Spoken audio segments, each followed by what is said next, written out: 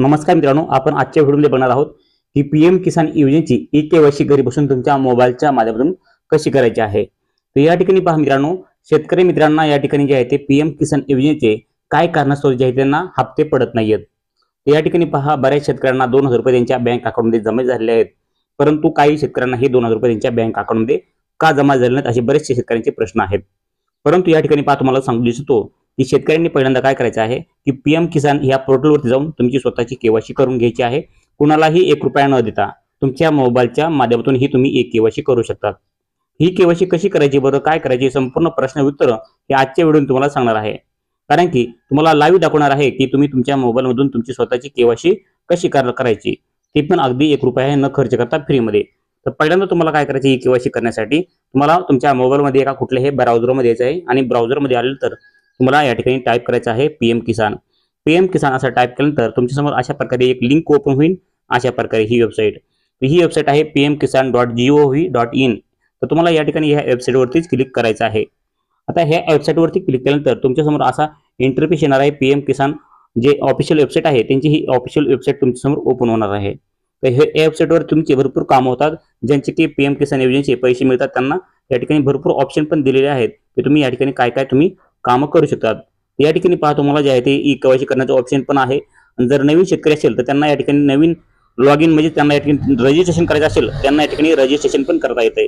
या ठिकाणी रजिस्ट्रेशन करण्यासाठी या ठिकाणी क्लिक करायचे आणि त्यानंतर या ठिकाणी जे आहे ते ज्यांना या ठिकाणी पैसे किती पडले तिथून पाठीमागचे हप्ते ते पण या ठिकाणी चेक करू शकतात। तर या स्टेटसवरती क्लिक करून आणि जर तुम्हाला त्या ठिकाणी तुमचा मोबाईल नंबर चेंज करायचा असेल तर तुमचा मोबाईल नंबर पण या ठिकाणी तुम्ही चेंज करू शकतात।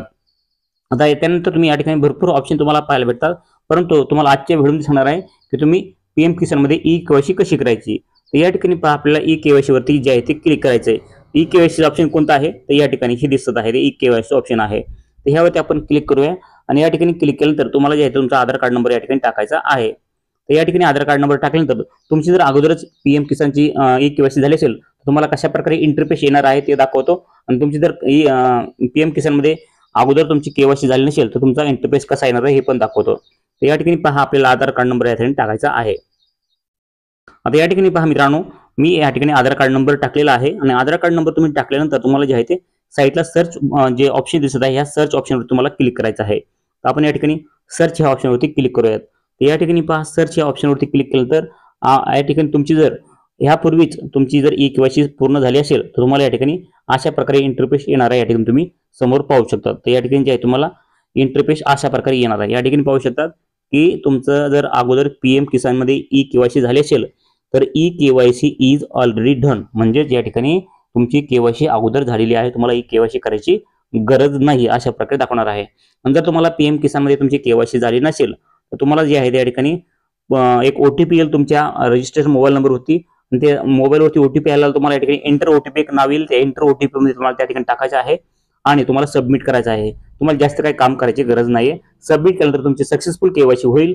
तिथून पुढे तुम्हाला संपूर्ण जे आहे ते पीएम किसानचे हप्ते ते येणार आहेत।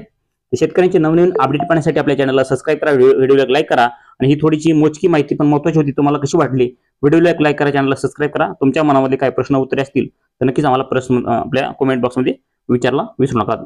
भेटूयात पुढच्या व्हिडिओमध्ये, तोपर्यंत जय हिंद, जय महाराष्ट्र।